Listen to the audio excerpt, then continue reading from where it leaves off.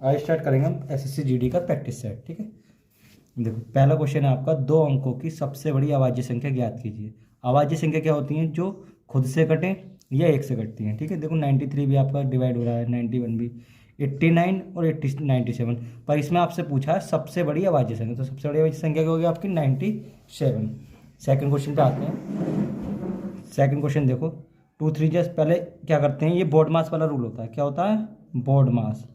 Board मास, ठीक है। Board मास के रूल में क्या करते हैं, पहले ब्रैकेट लेंगे, फिर ओब्लिक, डिवाइड, मल्टीप्लिकेशन, ऐड और सब्ट्रैक्शन। तो उसी के अकॉर्डिंग पहले हम ब्रैकेट सॉल्व करेंगे। 3 2 जा 6 प्लस 1 कितना? 7/3 माइनस 2 1 जा 2, 3/2। ठीक है, ये ऑफ 3/5 प्लस 5 का 5 और 2 7/5। ठीक है, फिर भाग का साइन है, 3 दूनी 6 और 1 7/3। देखो अंदर इसको हमने सॉल्व किया, 3 और 2 कैल्सियम आया आपका 6, 3 दूनी 6, 7 दूनी 14, 2 3 6, 3 3 9। ठीक है, ऑफ ऑफ का होता है आपका मल्टीप्लाई, 3/5 प्लस 7/5 इंटू 3/7 बन जाएगा। देखो 14 में से 9 गए 5, 5/6 गुणा 3/5। यहाँ देखो 7 से 7 गया प्लस 3/5, 5 से 5 गया, यहाँ 3 दूनी 6, तो 1/2 प्लस 3/5। एलसीएम क्या आएगा? 2 और 5 का 10, 2 पंजे 10, 5 दूनी 10, यानी 2 3 6 बन गया, तो 11/10 ऑप्शन है। हाँ देखो एक सही 1/10, यानी ऑप्शन क्या बन गया? ऑप्शन सी आपका। ठीक है, अब दूसरा क्वेश्चन आता है, तीसरा क्वेश्चन। तीसरा क्वेश्चन है, 290 और 660 का एचसीएफ 10 है, उनका एलसीएम क्या होगा? देखो इसमें क्या फार्मूला लगता है आपका? दो संख्याओं का गुणनफल। क्या आ जाएगा? दो संख्याओं का गुणनफल, दो संख्याओं का गुणनफल बराबर क्या होता है? एचसीएफ गुणा एलसीएम। ठीक है, एचसीएफ गुणा एलसीएम। दो संख्या ऐसे हमारे 290 दे रखी है एक, ठीक, एक 660 दे रखी है, और इनका एचसीएफ कितना? 10 है। एलसीएम आपसे पूछा है, बहुत सिंपल क्वेश्चन होता है। 0 से 0 कटा आपका, तो एलसीएम क्या होगा? 29 और 290, 290 और 66 की गुणा होगी आपकी, 290 और 66 की गुणा। देखो गुणा करो इसकी, 290 66 की, 290 66, 6 0 0। ठीक है, 6 9 54 का 4, 5 बचा आपका, 6 दूनी 12 5 17, यानी कि यही इसी गुणा आएगी, 4 7 1 0 4 7 7 4 11 1 7 और 8 1 9, ये 19 140। कौन सा ऑप्शन है आपका? ऑप्शन सी आपका हो गया। ठीक है, अब अगला क्वेश्चन देखिए। अगला क्वेश्चन क्या है, 2 वर्ष बाद एक शहर की जनसंख्या कितनी हो जाएगी जो वर्तमान में 12 लाख है और वृद्धि दर 4% है? देखो पहले क्या है, वर्तमान में 12 लाख है,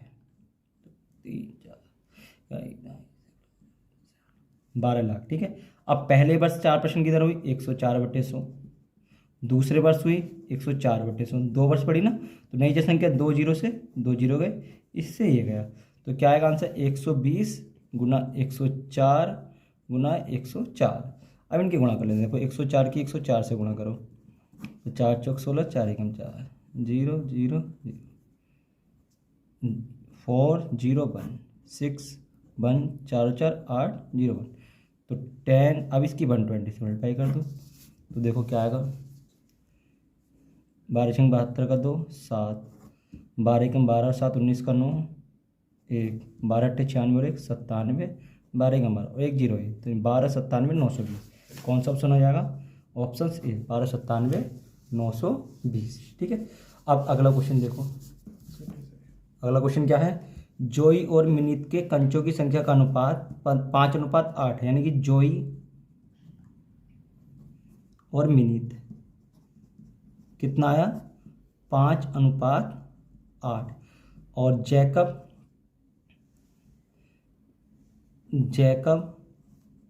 और मिनीत कितना है? 7:12। ठीक है, आपसे पूछा जोई और यानी जोई बटे जैकब, यानी कि जोई ऊपर आने चाहिए, तो जोई बटे मिनीत करा हमने, जोई बटे मिनीत।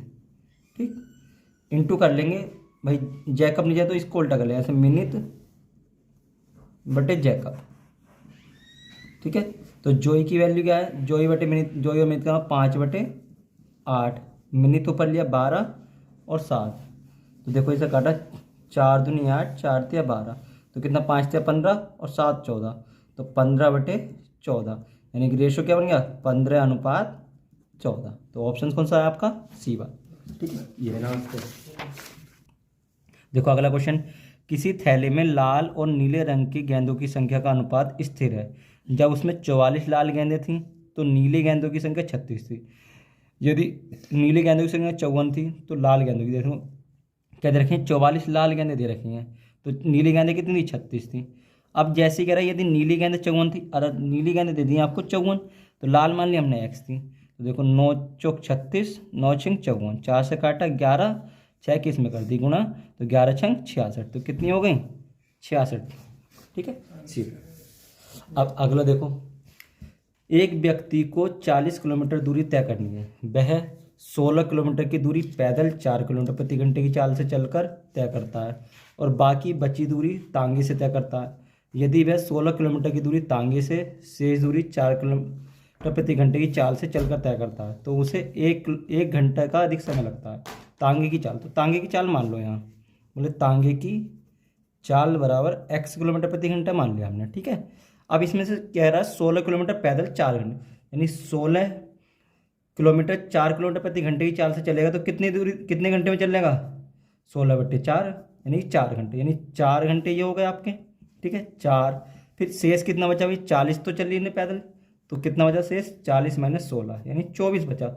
24 को क्या करेगा, तांगे से चलेगा, बराबर क्या है, आगे 16 किलोमीटर दूरी कर रहा है तांगे से, यानी 16/x, शेष दूरी क्या बची 24, 24 को 4 किलोमीटर, यानी कि 4 छंग भाई 24 से 4 छंग 24, तो 6 घंटे। अब इन दोनों में समय का अंतर कितना रहा, 1 घंटे। या तो मैं इसमें एक घटा दूं, समय बराबर हो जाएगा दोनों का, या फिर एक इसमें जोड़ दूं। मैं क्या करता हूं, यहाँ एक इसमें से 1 घंटा घटा देता हूं, तो देखो 6 में से गया 5, ये x वाले एक तरफ 24/x - 16/x, तो क्या आगा 6 में से गया 5, 5 में 4 गया 1। अब यहाँ देखो सीधा सीधा x एलसीएम आ गया आपके पास, 24 - 16 बराबर, तो ये x इधर पहुँचेगा, तो क्या बनेगा x = 8 किलोमीटर प्रति घंटे। ये आंसर आपको हो जाएगा, यानी कि आंसर बी आपका। ठीक है, अगला ये कह रहा है कावेरी ने एक खिलौना 280 में खरीदा और इसे 315 में बेच दिया, यानी कि सीपी कितना है उसके पास 280 रुपये, सीपी बोलते जो कॉस्ट प्राइस होता है, और बेचा कितने का 315 में, सेलिंग प्राइस कितना 315। तो देखो प्रॉफिट कितने के लिए, प्रॉफिट क्या होता है आपका, सेलिंग प्राइस में से आप कॉस्ट प्राइस घटा दो, तो कितना 5, 11 में से 8 गए 3, यानी 35 का उसको लाभ हुआ। लाभ हमेशा किस पर निकालते हो, प्रॉफिट परसेंट क्रय मूल्य पर, तो 35/280 × 100। चलो सोल्व करते हैं इसे, 0 से 0, 7 से 7 पंजे 35, 7 चौक 28, 2 दूनी 4, 2 पंजे 10, 5 पंजे 25, यानी 25/2% या फिर 12.5%। ठीक है, ये ऑप्शन आपका क्या हो गया बी। ठीक है, अगला कह रहा है किसी वस्तु का विक्रय मूल्य ज्ञात कीजिए। यदि दुकानदार उसे अंकित मूल्य पर, जो अंकित मूल्य 80 रुपये, उस पर 5% की 2 क्रमागत छूट देता है, यानी 80 रुपये पर 2 क्रमागत, यानी कि पहले ही 95/100 और गुना 95/100। चलो सोल्व करते हैं, देखो 20 चौक 80, 20 पंजे 100, 5 से काटा 19 पंजे 95। अब सोल्व करो इसको, 95 × 19, 9 पंजे 45 का 5 4, 9 × 81 4 85, 5 9, 5 5 5 10, 9 8 17 और 1 18 गुना 4, 4 पंजे 20, 4 8 32 का 2 3 4 4 3 7, यानी 72 20/100। अब 100 है, मैंने 100 से इसने डिवाइड नहीं किया कि 100 जब जितने जीरो होते हैं उतने पॉइंट इसमें लगा लेते हैं, तो 72 रुपये 20 पैसे की वस्तु हो जाएगी। ठीक है, और देखो 20 क्वेश्चन आ रहे हैं ना इस बार, तो देखो अगला क्वेश्चन कह रहा सनी और पाउल मिलकर किसी काम को 12 घंटे में पूरा कर सकते हैं, जबकि पाउल उसी काम को अकेला 12 घंटे में पूरा कर सकता है। एक अन्य व्यक्ति जैन उसी काम को 45 घंटे लगते हैं। उसी काम को पूरा करने में सनी और जैन कितने घंटे, देखो सनी प्लस पाउल कितने में कर रहे हैं, 12 घंटे में। पाउल अकेला कर रहा है आपका 18 घंटे में। और एक अन्य व्यक्ति जैन, जैन कितने में कर रहा है, 45 घंटे में। देखो कुल कार्य निकालना होता है हमें। कुल कार्य क्या होगा, इन तीनों का एलसीएम, इन तीनों का एलसीएम आपका आएगा 180।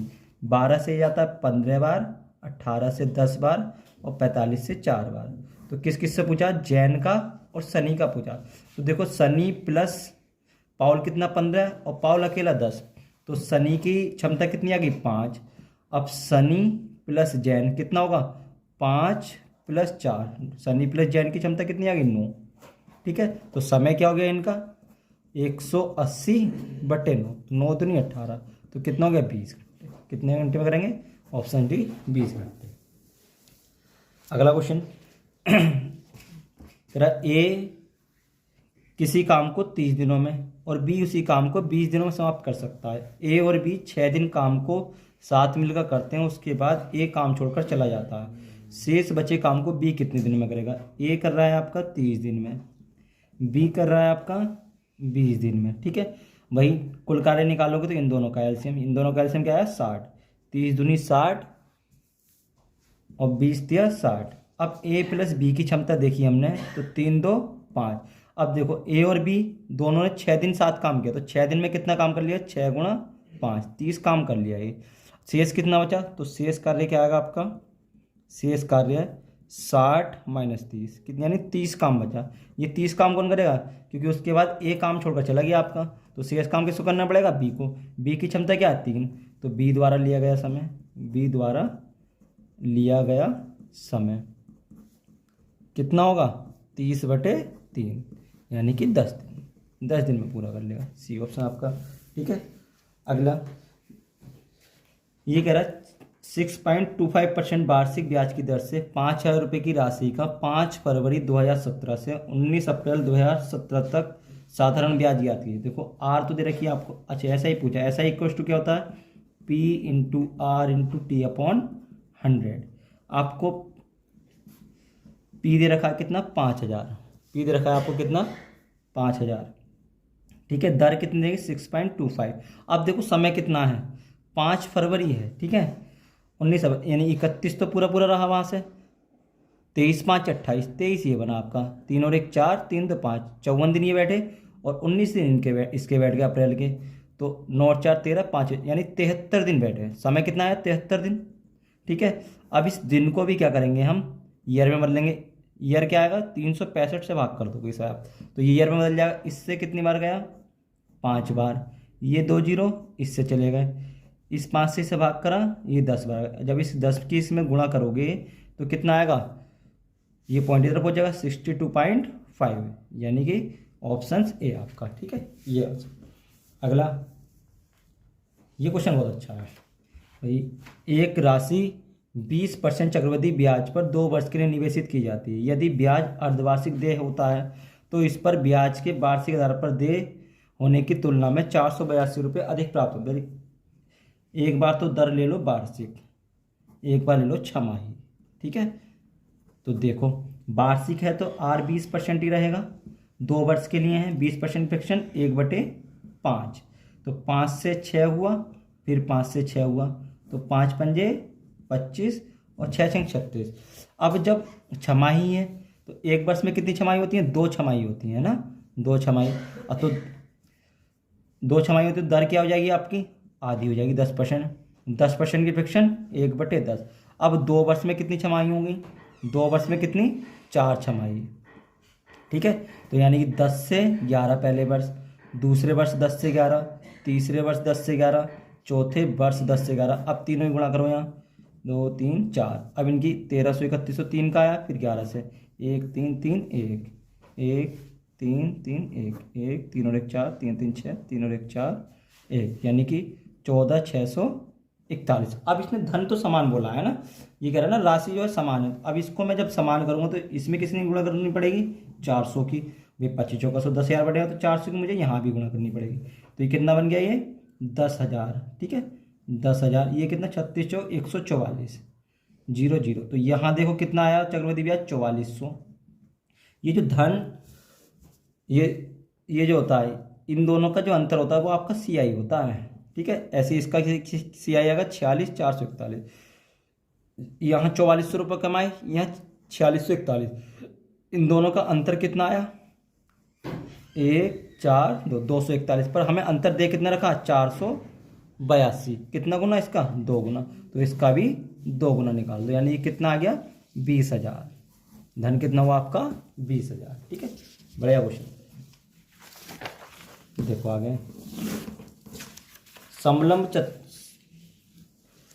समलंब चतुर्भुज की आकृति वाले एक खेत का क्षेत्रफल 1440 वर्ग मीटर है। समांतर भुजाओं के बीच की लंब दूरी 24 मीटर है। समांतर भुजाओं का अनुपात, देखो समलंब होता कैसा है, पहले तो ये पता होना चाहिए समलंब होता किस प्रकार से। तो ये आपका समलंब होता है। ठीक है, ये आपका समलंब, ये इसकी हाइट होती है, ये एच, ये ए बी सी डी। तो समलंब का जो क्षेत्रफल होता है आमने सामने की भुजाओं का योग। ठीक है, और ये जो हाइट होती है इस गुणा ये, तो समलंब का क्षेत्रफल क्या होगा? जैसे हमें 1440 दे रखा है, तो 1440 का मान क्या होगा? 1/2। हाइट कितनी है? 24 है।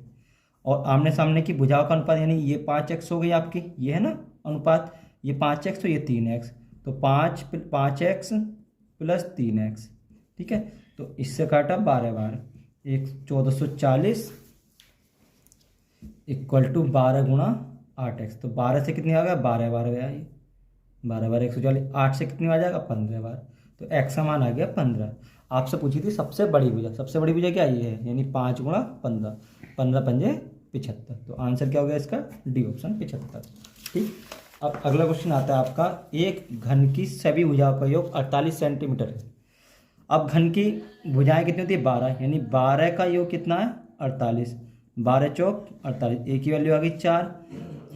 आयतन क्या होता है घन का? भुजा की क्यूब। तो भुजा की क्यूब बहुत सिंपल क्वेश्चन हो गया। तो 4 की क्यूब यानी 4 चौक 16 चौका 64 सेंटीमीटर क्यूब, ये भी देखा। ठीक है, ये अगला क्वेश्चन, आंकड़ों 2 x 7 3 y 9 6 का माध्य 6 है, जहाँ x और y नियतांक है। देखो पहले क्या है? 2 + x + 7 + 3 + y + 9 + 6। कितनी संख्याएं? 1 2 3 4 5 6 7, 7 छंग 42। देखो 9 और 6 15, 15 3 18, 18 और 7 25 और 2 27, यानी x + y बराबर आया 42 - 27। घटाया इनको तो कितना बना? 12 में सब 7 गया 5, 3 में 2 गया 1, 15 आ गया। अब इसने कहा x के स्थान पर 3x + y रख दिया, 3x + 1 रख दिया। ठीक है, +7 +3, और y के स्थान पर y + 3 रख दिया, +9 +6। तो क्या हुआ? माध्य 2 बढ़ गया, यानी 6 था, 6 से 2 8 हो गया। संख्याएं तो वही हैं, 1 2 3 4 5 6 7, तो 7 8 56। तो जोड़ लो इनको, 9 6 15, 15 3 18, 18 और 3 21, 21 और 7 28, 28 और 1 29, 29 2 31, यानी कि 3x + y क्या है? 56 - 31। 6 में से गया 5, और 5 में 3 गया तो ये 25 आ गया। वैल्यू किसकी पूछी हमसे? x की। तो दोनों समीकरणों को सोल्व कर लो। तो x + y बराबर 15, 3x + y बराबर 25, माइनस माइनस माइनस, तो 22 से 22 गया, माइनस का 2x रहा, कितना बना? माइनस का 10, ये गया 2 पंजे 10, यानी x का मान कितना आ गया? 5 आ गया आपका। ठीक, देखो पाई चार्ट है कि इसमें सेट में पाई चार्ट। देखो ये जो होता है परसेंटेज वाला, इसको हम पूरे को 100% मान के चलते हैं। ठीक है, ये कह रहा है निम्न चार्ट भारत में मोबाइल निर्माता कंपनियों के बारे में जानकारी देता है। यदि कंपनियों द्वारा निर्माण किए गए मोबाइल फोनों की कुल संख्या 12,40,000 है, तो कंपनी XYZ द्वारा कितने मोबाइल निर्मित किए गए हैं? यानी कि 100% का मान क्या दे रखा है आपको? 12,40,000। ठीक है, 1% का मान कितना हो गया?